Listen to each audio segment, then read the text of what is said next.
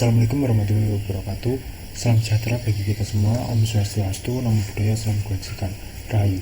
Pada kesempatan kali ini saya akan mempresentasikan hasil praktikum pada modul ke-8, yaitu dengan materi VRTOS Text Message, yaitu modul percobaan yang ke-8, namun di kali ini praktikumnya yaitu di praktikum ke-7.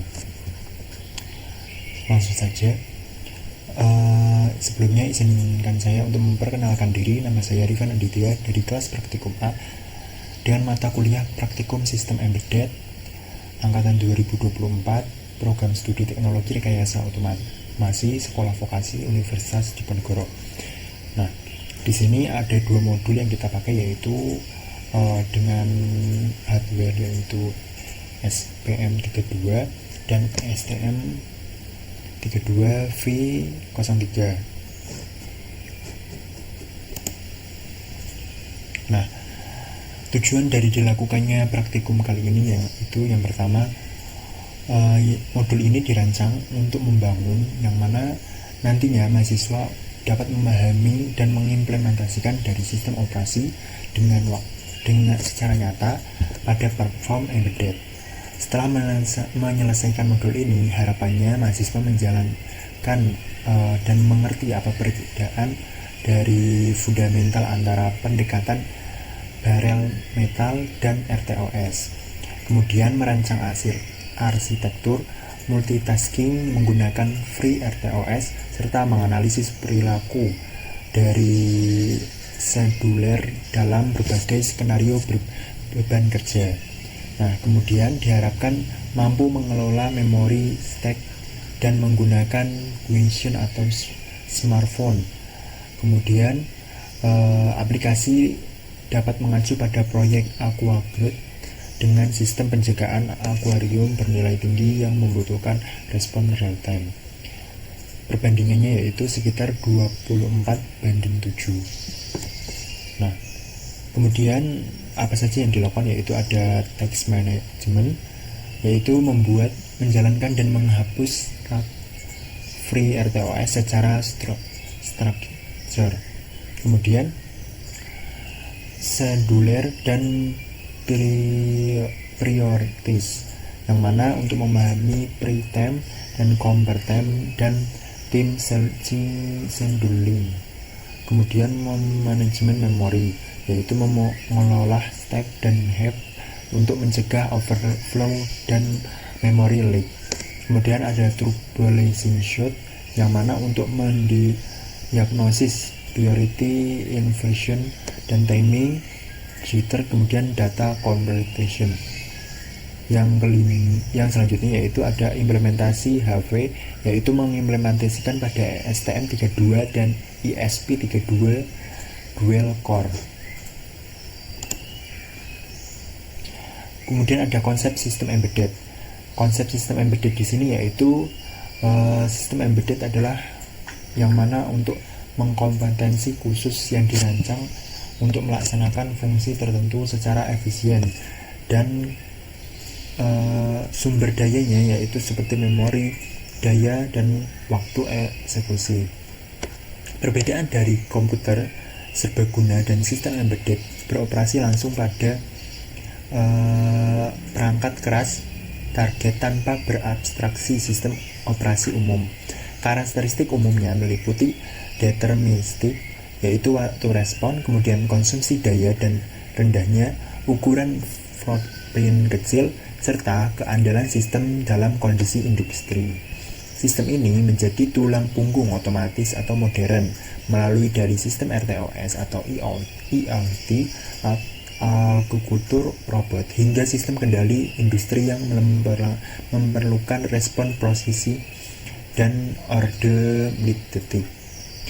Kemudian ada arsitektur sistem embedded, yaitu application layer, RTOS atau free RTOS, API, HAL atau BSP atau hardware atau abstraction. Kemudian ada hardware atau seperti MCU, sensor, dan aktuator. Nah, dominasi dari aplikasinya yaitu robot dan otomasi, yang mana kontrol servo, navigasi, dan PID loop.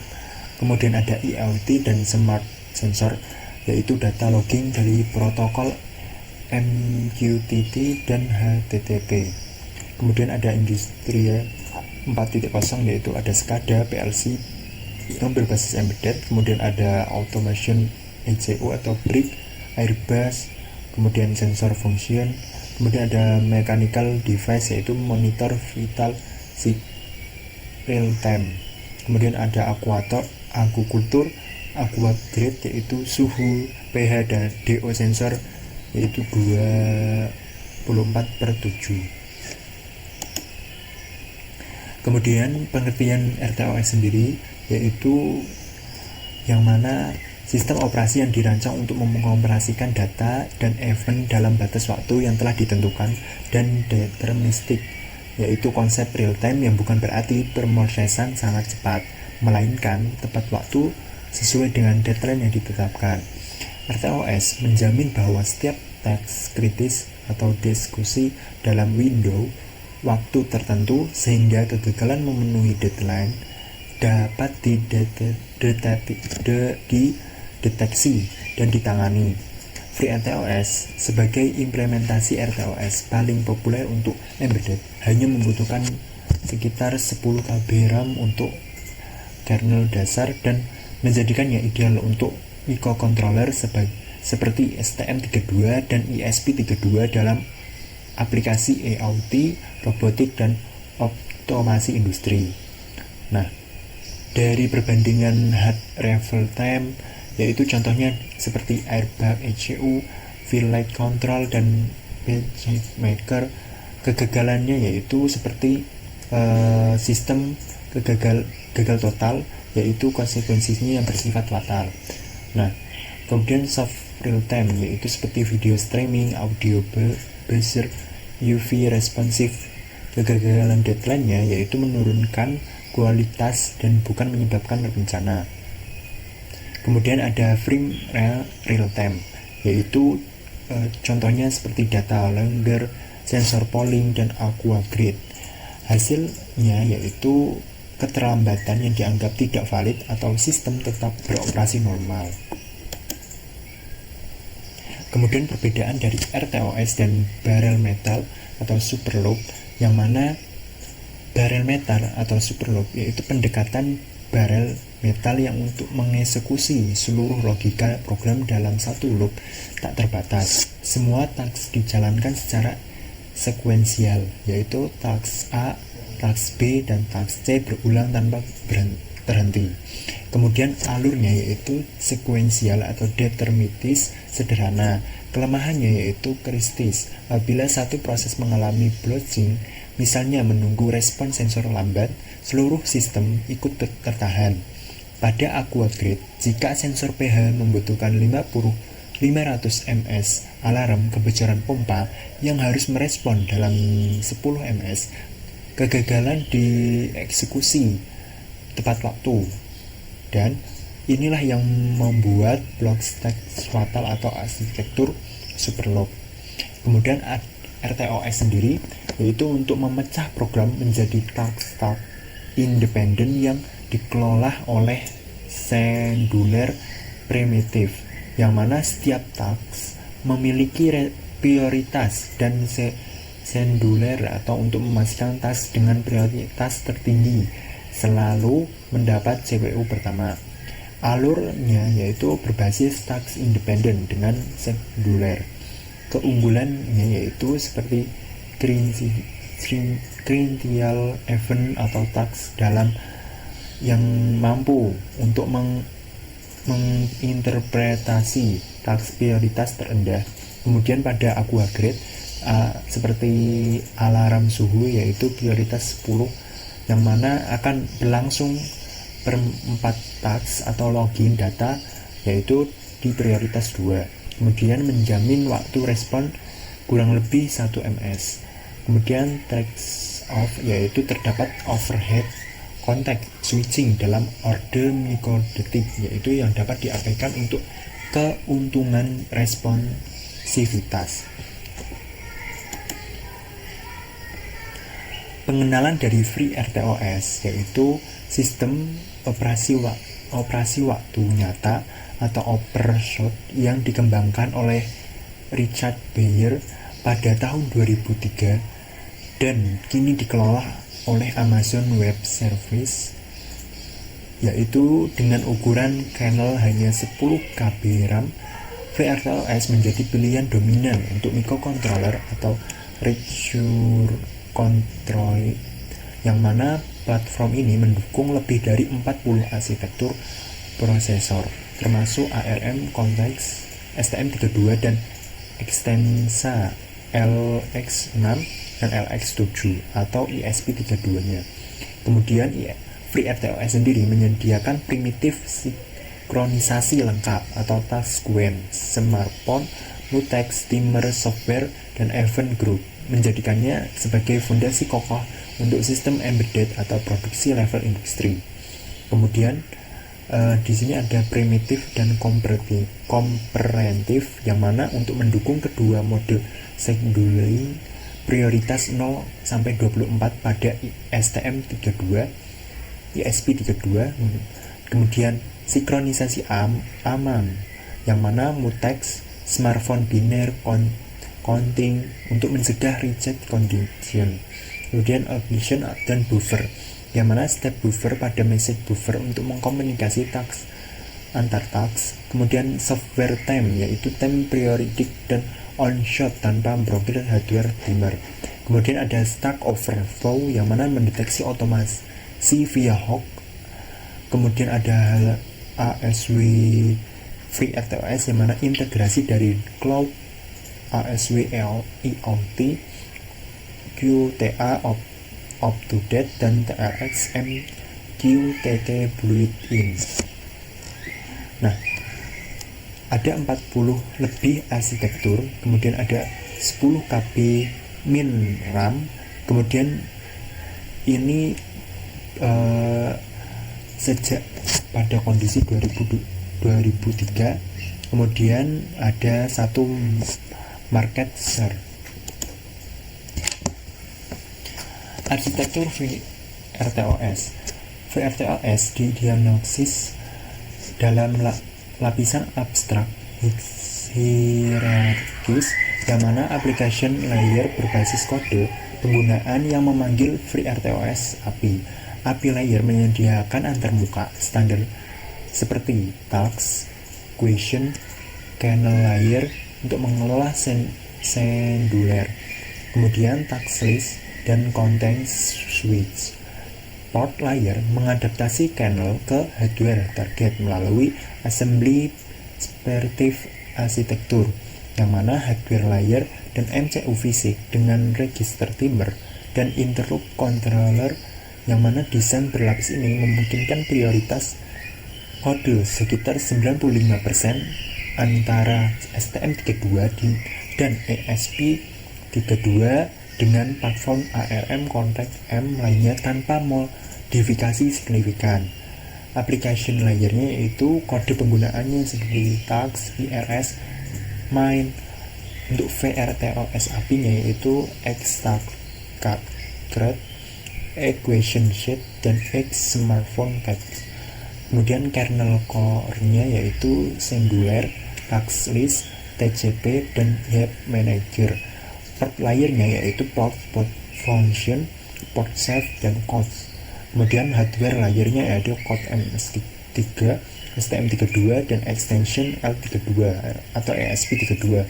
Komponen kernel FreeRTOS, yang mana manajemen task license dan TCP.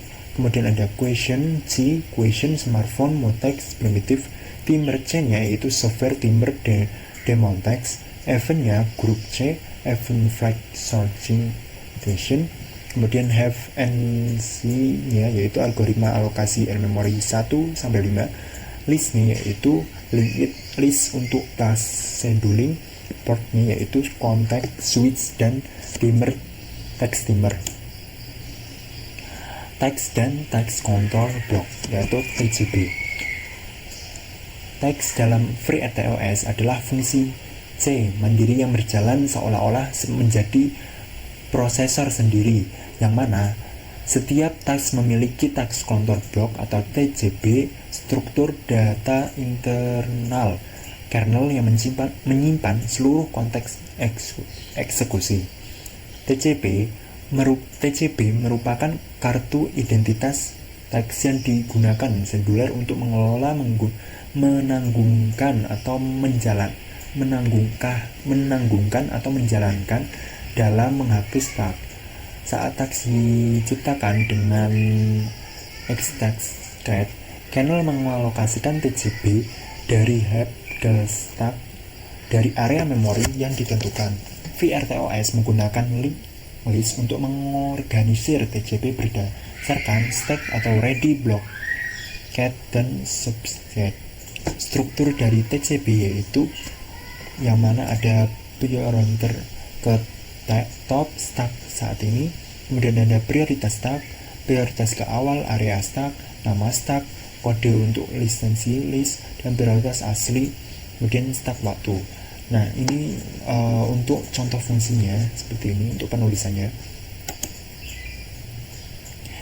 Task section yaitu FreeRTOS untuk mengidentifikasi 4 step running atau aktif di CPU atau max per core ready. Setiap eksekusi antri seduler, blocket menunggu event atau delay efisiensi karena tidak mengonsumsi CPU, yang mana subdet dihentikan manual via text window atau transisi antara stack dikelola sempurna oleh kernel berdasarkan prioritas event dan timeout untuk dikonfigurasi programmer.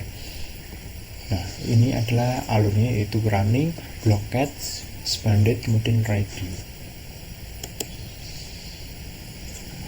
Selanjutnya ada senduler VRTOS, adalah komponen kernel yang bertanggung jawab untuk memutuskan task yang mana mendapat akses dari CPU setiap saat. Senduler beroperasi berdasarkan algoritma free priority preventive, yang mana task dengan prioritas tertinggi dalam state ready selalu dieksekusi atau task interrupt, kemudian memicu senduler secara periodik untuk mengevaluasi ulang task mana yang harus berjalan. Pada ESP32, senduler berjalan dengan 100 Hz dulu sekitar ticksnya 10 ms, sedangkan STM32 biasanya 1000 Hz dan ticksnya yaitu 1 ms. Nah, untuk ready listnya atau prioritas terurut yaitu dari task alarm prio 10, task sensor prionya 5, task UI prionya 3, dan task long prionya 1, ideal task prionya 0. Nah, untuk contohnya yaitu seperti ini tampilan dari GUI-nya. Kemudian priority dan premotive, yang mana priority menentukan urutan akses CPU antara task. VRTOS menggunakan angka lebih tinggi untuk prioritas lebih tinggi dari RTOS lainnya. STM32 mendukung hingga 56 level prioritas, sedangkan ESP32 mendukung 25 level atau sekitar 0 sampai 24. Premotive adalah mekanisme di mana senduler secara paksa mengambil alih CPU dari task yang sedang berjalan apabila ada task prioritas lebih tinggi masuk ke stack ready, bahkan di tengah eksekusi, yang mana ini untuk memastikan event kritis selalu mendapat layanan segera tanpa menunggu giliran. Yang kemudian tampilannya adalah seperti ada urutannya.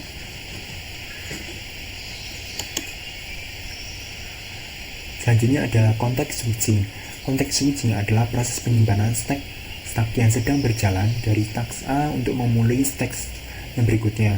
Stack yang disimpan mencakup program senduler exploratory atau seluruh register regener CPU. Kemudian status register prioritas ini dilakukan untuk fungsi purchase. Spesifik arsitektur menggunakan struktur assembling atau durasi context switching pada ARM context, yang mana sekitar priority yang tergantung untuk register yang disimpan atau overhead minimal untuk keuntungan multitasking yang diperoleh.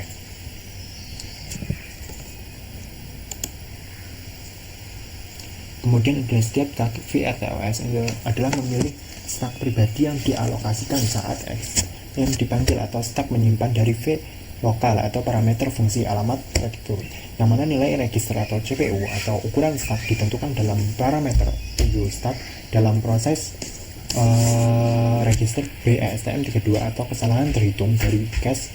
VRTOS menyediakan mekanisme dari deteksi via WSTag get stack gig watermarks dan check for stack overflow untuk monitoring router. Berikut adalah panduannya dan visual text-nya. Kemudian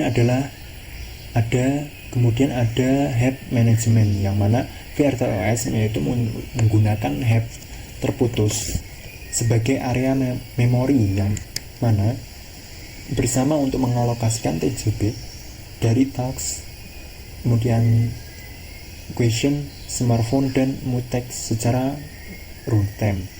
Karena embedded system ini tidak memiliki sistem operasi memori standar VRTOS, yaitu untuk menyediakan 5 implementasi heap manager, yang mana dengan text over berbeda antara simulatif dan fragmentasi. Kemampuan free dari pemilihan algoritma heap yang tetap tergantung pada kebutuhan sistem. Apabila task dibuat atau dihapus secara dinamis, akan fragmentasi dari memori menjadi concrete, dan sebagai determinis alokasi harus dilakukan. Tampilannya adalah sebagai berikut, yaitu urutannya dari varian allowed, free, fragmentasi, dan penggunaan ideal. Kemudian ada memory leaks, dan rekomendasinya adalah sebagai berikut.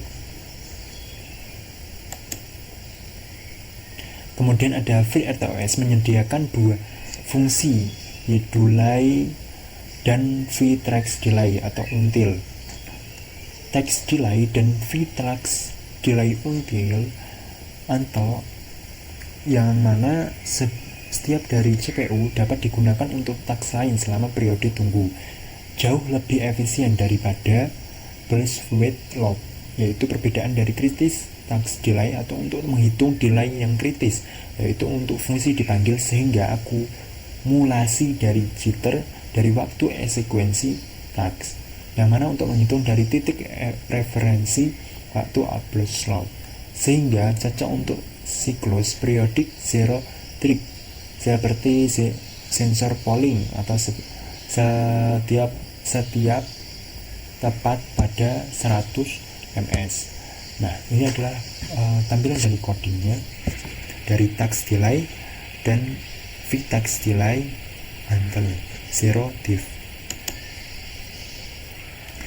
Implementasi dari FreeRTOS pada STM32, yang mana Bluepill menggunakan ARM Concrete dari MS3 single Concrete 72 MHz dengan RM 20KB dan V-Less VRTOS untuk mengimplementasikan dari V-struktur, yang mana task diukur pada dalam fork atau steel, sehingga nilai 28 dari task grade berarti sekitar 512 dari bit, dan waktunya yaitu untuk mengaktifkan secara mandiri via HAL untuk proteksi sistem yang hard. Nah, ini adalah tampilan dari contoh kode STM32 dan FreeRTOS-nya pada tampilan visual code. Kemudian implementasi dari FreeRTOS pada STM32, yang mana untuk menghadirkan dengan VRTOS sendiri, yang yaitu telah dimodifikasi oleh ekspansi dalam STM32 untuk mendukung dual core, yang mana stack didukung dalam byte, yang mana word seperti STM32, sehingga nilai minimal adalah 1024 bit, yang mana STM32 memiliki text window dimmer, yaitu terintegrasi yang dapat mengidentifikasi text yang lebih batas waktu atau konfigurasi yang dilakukan melalui menu covering, yaitu VRTOS API standar sepenuhnya atau kompatibel dengan tambahan ekstensi atau expensive seperti extended pre-contact untuk core amplifier. Kemudian ada dual core atau core inventive pada STM32, yang mana STM32 memiliki dual core instansia LX6 dengan beroperasi secara paralel menggunakan FreeRTOS atau SMP atau sistem multiprocessing, yang mana dimodifikasi secara ekspresif, yang mana core O atau Pro CPU secara Bluetooth menangani Wi-Fi, Bluetooth, dan sistem stack. Kemudian Core 1 atau APP CPU tersedia untuk aplikasi penggunaan aviasi untuk memungkinkan program parameter untuk task berjalan dalam core spesifik via task core dan membiarkan senduler untuk memutuskan secara otomatis. Strategi ini kritis untuk menghindari dari interferensi antara Wi-Fi stack sensor real time. Kemudian perbandingan dari STM32 dan ESP32 yaitu pemilihan dari platform microcontroller yang sangat berpengaruh dari desain sistem FreeRTOS dan STM-nya. Kemudian unggulannya dari determinis waktunya dan konsumsi daya rendah untuk aplikasi kontrol industri yang berdaya baterai. STM32 unggul dalam konektivitas wireless seperti terintegrasi dan kemampuan dual core untuk sistem IoT untuk memerlukan multitasking insentif secara komunikasi cloud. Yaitu berikut adalah dimensi dari STM32 dan ESP32, yaitu tampilan dan urutan yang sebagai berikut. Di sini kita menampilkan hasil dari percobaan yang pertama, yaitu ESP. Nah, di sini kita menggunakan sensor DHT 22. Kemudian di sini juga menampilkan hasil serial monitornya. Nah, hasil codingannya juga dapat dilihat berapa kondisi dari suhu, kemudian LED-nya nyala ataupun mati, kemudian berapa presisi jarak dari suhunya.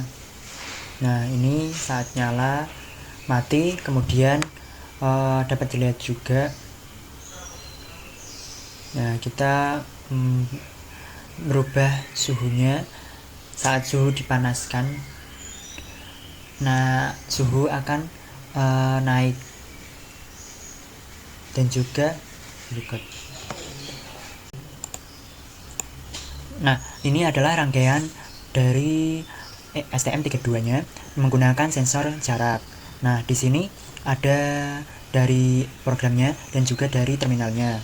Dari terminalnya ini ada task 1 dan task 2. Dan untuk terminalnya ada task 1-nya itu LED-nya menunjukkan nyala dan ada yang mati off.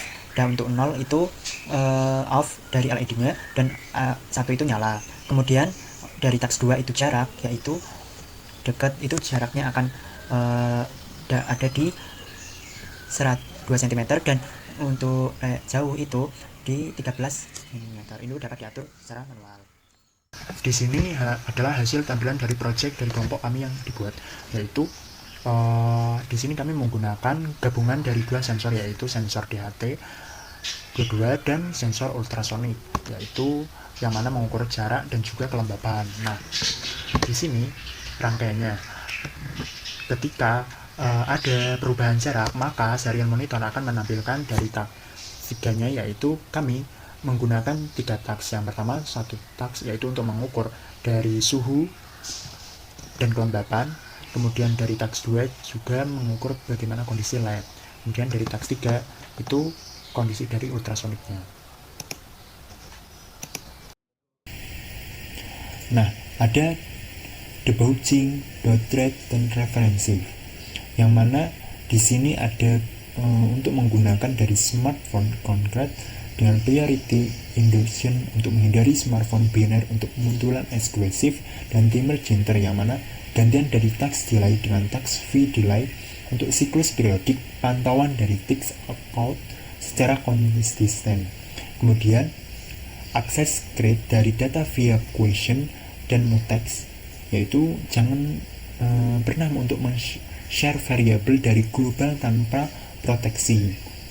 Kemudian bits preemptive atau langkah yang perlu dilakukan dalam FreeRTOS yaitu selalu set prioritas dari ideal yang mana 0, kemudian aplikasi memulai dari 1, menggunakan V-Task Delay atau Until untuk polling periodic sensor, monitor HEP dengan export get HEP sys secara berkala, aktivitas stack overload detection saat development, hindari blok dengan satu di dalam IRS, yaitu menggunakan delay set atau from, menggunakan core activity ESP32 untuk alokasi WiFi dan aplikasi.